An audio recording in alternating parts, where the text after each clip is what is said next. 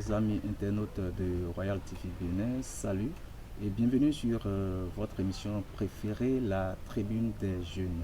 Ce nouveau numéro de votre émission a pour thème la réflexologie. Quel avantage sur la santé humaine? Et pour répondre aux différentes questions liées à cette thématique, j'ai sur ce plateau M. Jacques Badessi. Il est le coordonnateur international de l'ONG Réflexologie Humanitaire Sans Frontières. Aussi, faut-il le rappeler, il est le président de l'association béninoise des réflexologues. Bonjour M. Badessi. Bonjour monsieur le journaliste. Merci d'accepter notre invitation. Le plaisir est partagé. Alors, avant de revenir sur le thème du jour, dites-nous, M. Badessi, c'est quoi la réflexologie en termes terre à terre pour les internautes? Merci. Alors, la réflexologie, c'est une technique de soins manuels. Vous savez, lorsque vous prenez par exemple la paume de main, oui.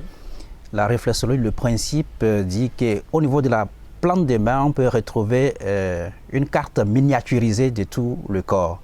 C'est-à-dire que la paume de main ou bien la voûte plantaire peut refléter tous les organes du corps. Alors, en appuyant ou bien par pression, par le toucher, on peut toucher un organe à distance, par la stimulation de ces points réflexes. Okay. Alors, c'est comme si la paume de main ou la voûte plantaire était comme une commande, une télécommande que vous appuyez pour atteindre un but de loin. Donc, le réflexologue professionnel sait où se trouve, par exemple, dans la paume de main, où se trouve le cœur, le foie, le diaphragme. C'est une formation que vous faites pour... Le diaphragme, oui, c'est une formation. Et puis, en appuyant, on peut régler un problème à distance. Voilà. Alors, parce que nous travaillons à partir des terminaisons nerveuses. Scientifiquement, c'est prouvé que les parties extrêmes du corps sont beaucoup plus pourvues en terminaisons nerveuses. En agissant sur cette terminaison nerveuse, nous envoyons un message au système nerveux et qui va vers les organes. Le message va ensuite vers les organes concernés. Ainsi, nous pouvons rétablir un dysfonctionnement du corps à travers la pression.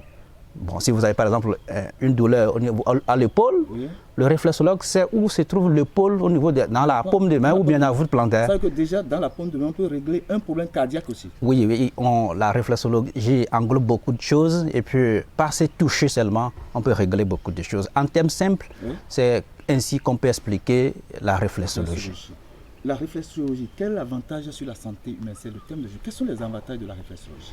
La réflexologie a plusieurs avantages. Alors, quand on parle de la réflexologie, on parle d'un traitement holistique qui prend le corps dans tout son ensemble. C'est une prise en charge psychosomatique, c'est-à-dire que tout le corps, esprit, émotionnel, tout est pris en compte. Alors aujourd'hui, la réflexologie dans certains centres, c'est une thérapie d'accompagnement, une technique d'accompagnement des soins en oncologie, c'est-à-dire dans les centres de traitement des cancers. Okay. On utilise la réflexologie. On utilise la réflexologie pour les douleurs, par exemple. Alors, si je comprends bien, vous avez dit que vous travaillez à travers la paume de main. Donc, ça veut dire qu'il n'y a pas un appareil, des appareils spécifiques pour la réflexologie? Normalement pas. On n'a pas besoin de... Parce que la réflexologie, c'est une technique d'échange d'énergie. Vous voyez, lorsque vous utilisez une machine pour toucher le corps humain, ça peut avoir des répercussions. Des conséquences négatives. Oui, c'est ça. Ce que nous voulons émettre, ce que nous voulons donner à l'autre en le touchant, une machine ne peut pas le donner. Parce que c'est une thérapie manuelle et puis humaine. L'échange d'énergie est possible grâce au toucher. Et lorsqu'on met quelque chose entre nous et la personne, c'est que cette transmission d'énergie peut être coupée. Donc, pour revenir un peu sur les avantages, la réflexologie, on peut l'utiliser pratiquement dans toutes les affections ou les troubles que nous rencontrons, les migraines, le stress, le manque de sommeil, oui, l'hypertension. Le réflexologue accompagne dans ces différents domaines. Donc, la liste n'est pas vraiment exhaustive, voilà, donc elle est longue. Alors, que mettez-vous dans Réflexologie Humanitaire Sans Frontières? Alors, je voudrais notifier que la Réflexologie Humanitaire Sans Frontières, c'est une ONG, et dont je suis le coordinateur international.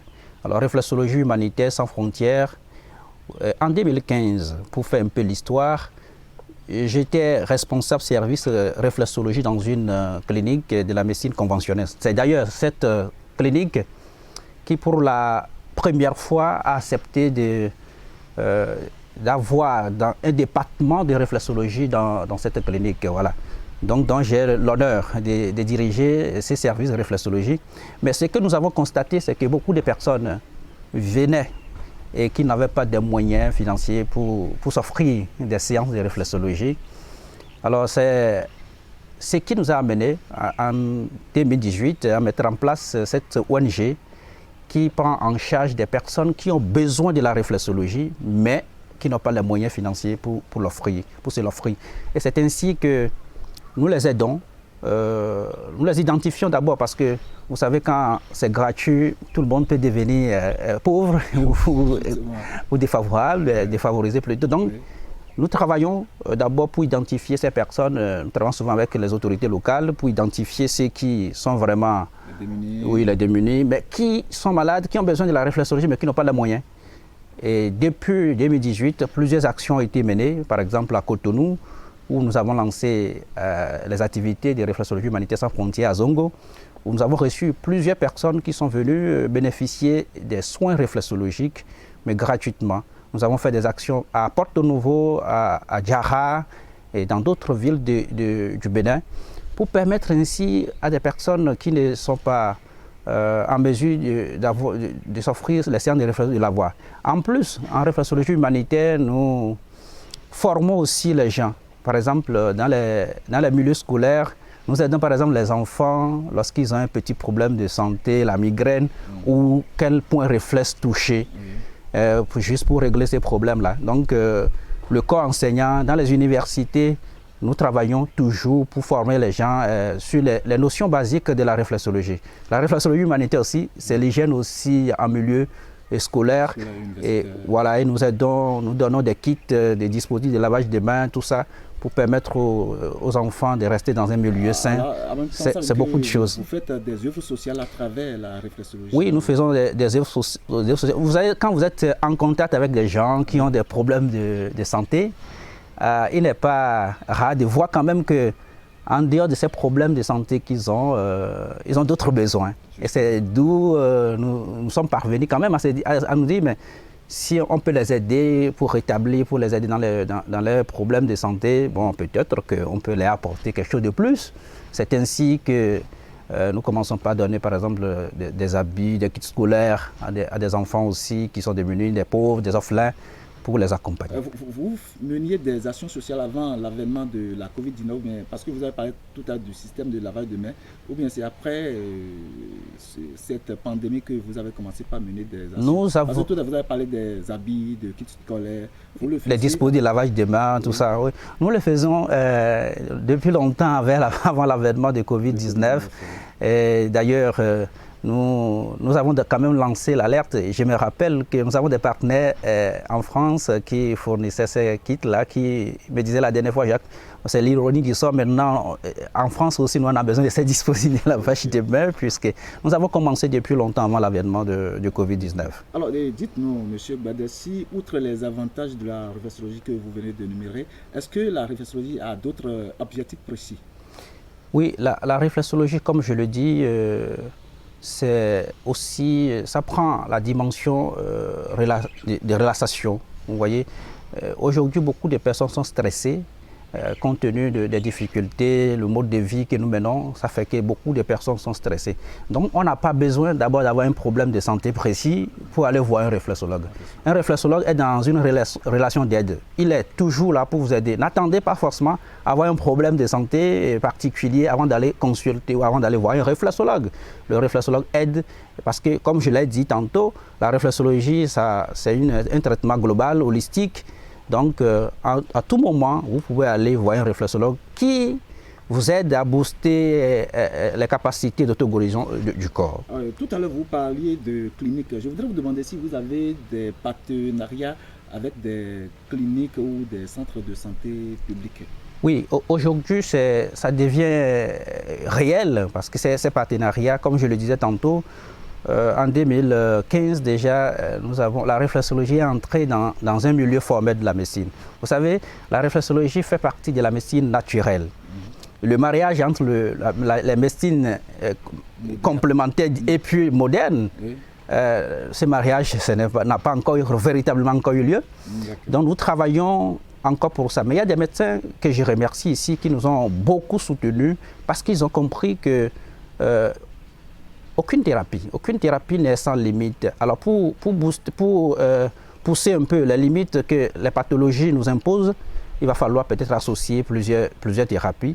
Et c'est pourquoi nous demandons, je reviendrai encore plus aux autorités sanitaires de nous accompagner, de voir ce que nous faisons pour que... Là, c'est appel vous lancez en même temps. Que, bon, vous savez, si aujourd'hui, il y a certaines cliniques qui l'expérimentent et puis ça donne de bons résultats, moi je demande à ceux qui ne l'ont pas encore fait de s'approcher des réflexologues pour que nous puissions commencer par avoir dans les cliniques ou dans les hôpitaux publics des services réflexologie. Et quels soins, ou bien que peut-on espérer des soins réflexologiques?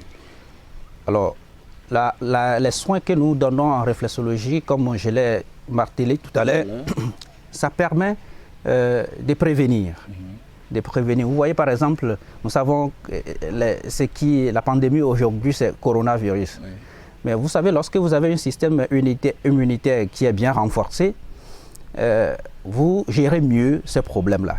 C'est vrai que la réflexologie ne guérit pas du coup Covid-19, mais quelqu'un qui va déjà à la réflexologie, ça lui permet de renforcer son système immunitaire. Vous voyez, ça l'immunise contre beaucoup de choses. Et nous, c'est pourquoi je disais aussi tout à l'heure qu'il ne faut pas que les gens attendent forcément avoir un souci de santé particulier pour voir le réflexologue.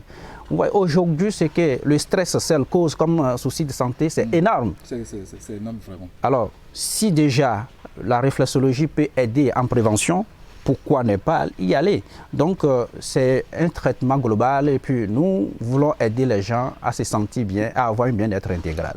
La réflexologie, qu'on le veuille ou non, on peut dire que c'est un nouveau système de soins qui n'est pas trop connu dans les zones reculées. Quelles dispositions vous êtes en train de prendre pour que tout le monde sache que ce système est désormais fonctionnel au Bénin? Vous savez, la réflexologie est quand même est vieille de plusieurs siècles.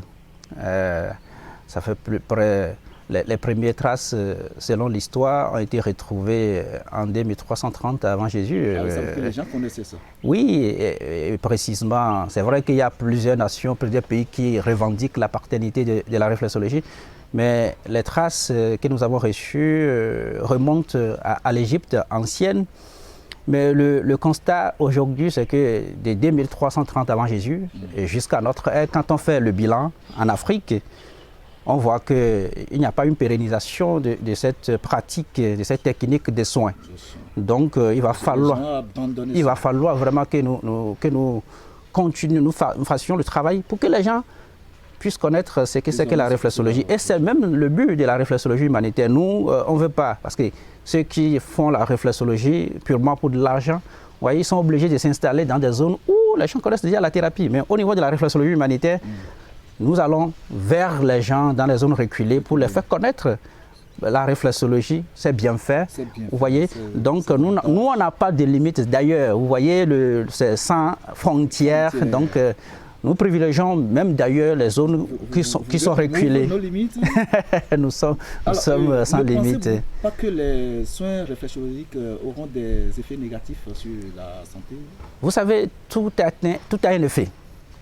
Tout a un effet. Vous voyez, par exemple, quelqu'un qui... Si je vous demande, par exemple, si l'eau a un effet secondaire, vous allez dire non. Non, l'eau a des effets négatifs. Parce que l'eau qui est source de vie est en même temps source de mort. Parce que quand on se noie dans l'eau... Voilà, c'est un peu comme ça. Normalement, la réflexologie n'a pas un effet néfaste. Mais ça dépend de qui le fait. Et quand on le fait, parce qu'il faut quand même prendre des précautions. Vous voyez, le toucher dans certaines cultures est très sacré. Vous voyez, plusieurs états psychologiques dépendent par exemple de la façon dont nous avons été touchés dans notre enfance. Parce que sinon on a été mal touché, ça peut nous conditionner, ça peut mettre dans un état où nous sommes ténaillés par exemple par la peur, la méfiance, vous voyez. Donc parce que la peau, le toucher et le système nerveux et le cerveau sont issus de la même couche cellulaire lors de l'embryogenèse. Vous voyez, lorsque une petite touche sur l'épiderme peut envoyer immédiatement un message au cerveau et stimuler les neurones. Ce n'est pas anodin, ce n'est pas un geste à prendre à la légère, le toucher.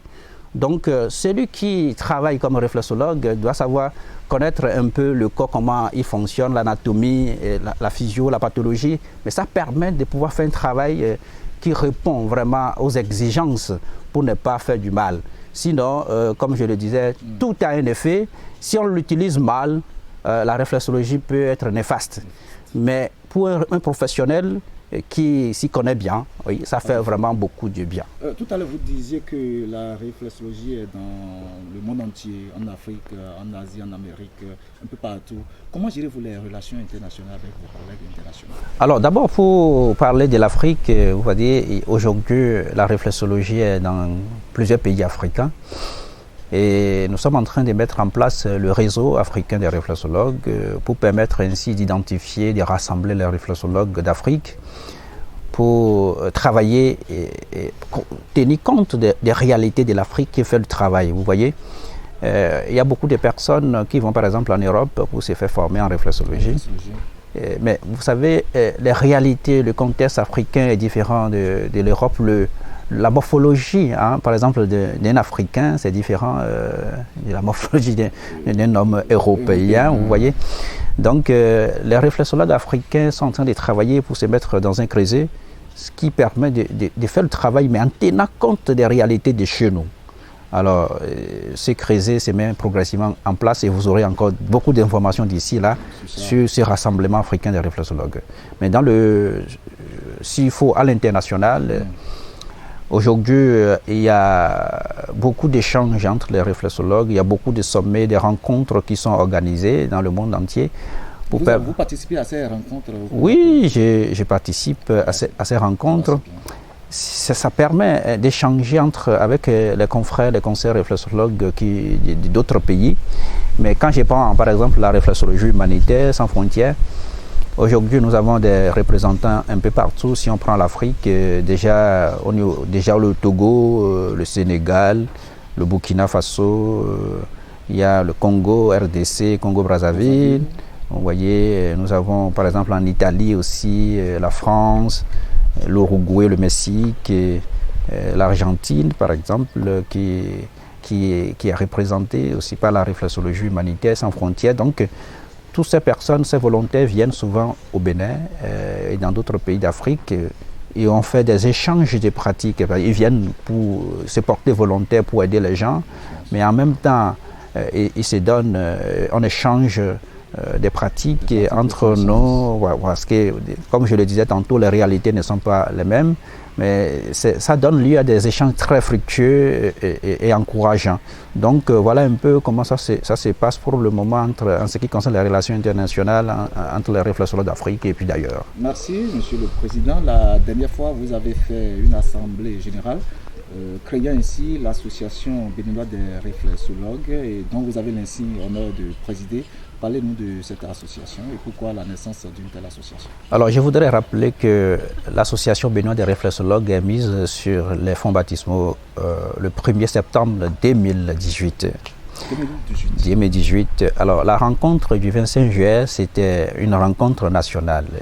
D'ailleurs, le thème, c'était les assises nationales des réflexologues du Bénin, états généraux de la réflexologie au Bénin. C'était le thème autour duquel vous êtes vus. Voilà, que nous sommes vus. Alors, pourquoi l'association béninoise des réflexologues?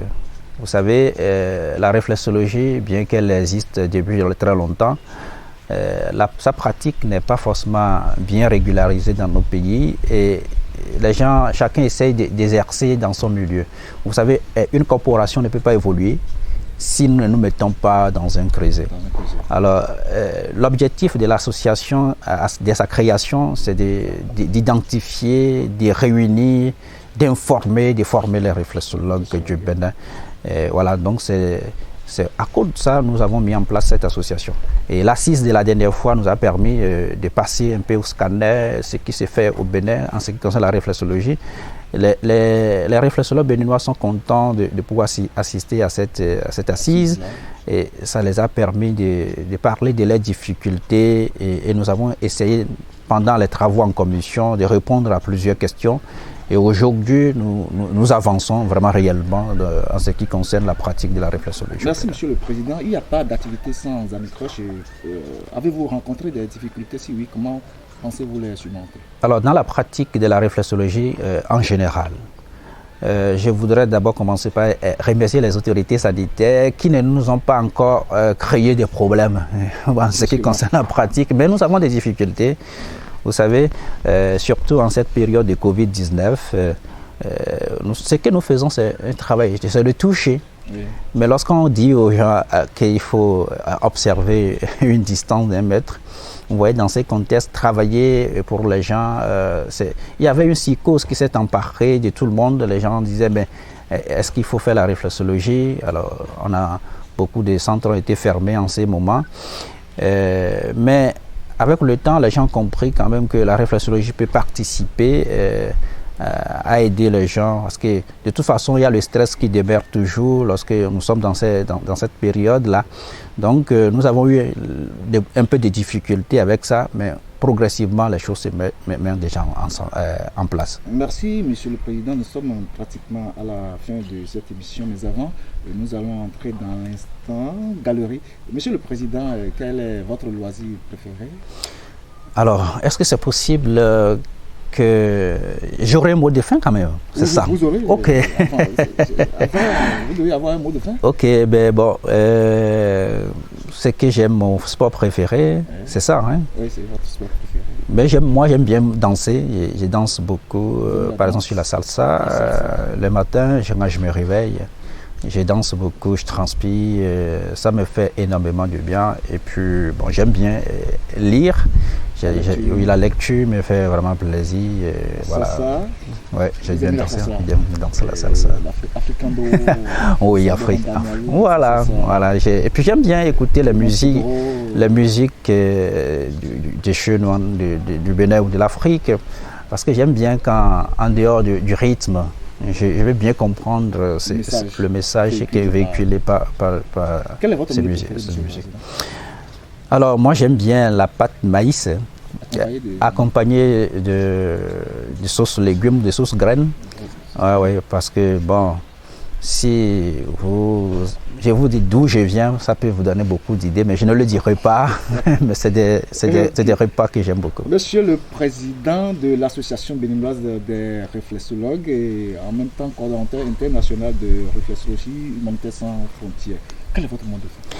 Alors, tout d'abord, je voudrais remercier Royal TV pour cette invitation parce que, vous savez, il n'y a pas vraiment assez de communication autour de la réflexologie et c'est pourquoi, quand vous m'avez invité, moi, j'étais content de venir parler un peu de la réflexologie. D'abord, je voudrais vous remercier pour l'invitation et je voudrais, dans le premier temps, m'adresser aux autorités en charge de la santé au Bénin. Vous savez, aujourd'hui, l'air est à la recherche sur la réflexologie. Ceux qui ont travaillé dans les années 1900 sur la réflexologie, ce sont des médecins qui ont travaillé sur la réflexologie.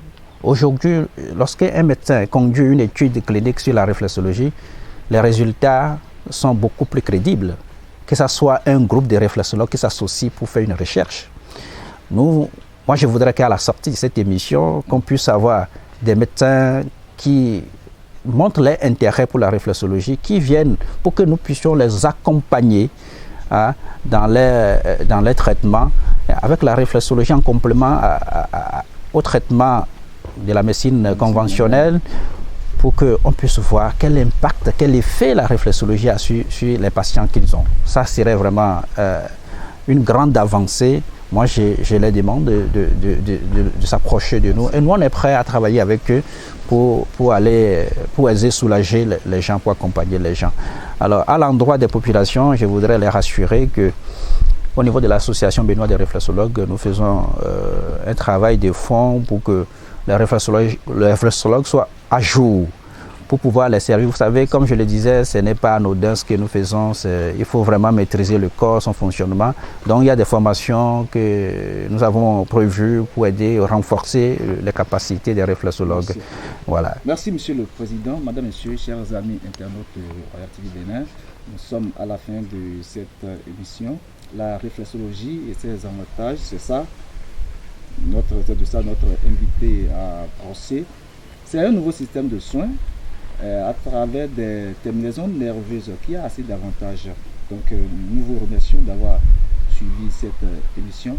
Nous saluons notre parrain, le parrain de Royal TV Bénin, M. Martin Webb, depuis l'autre côté de l'Europe ou de l'Amérique centrale. Merci de nous avoir suivis. Merci et bye bye à la prochaine.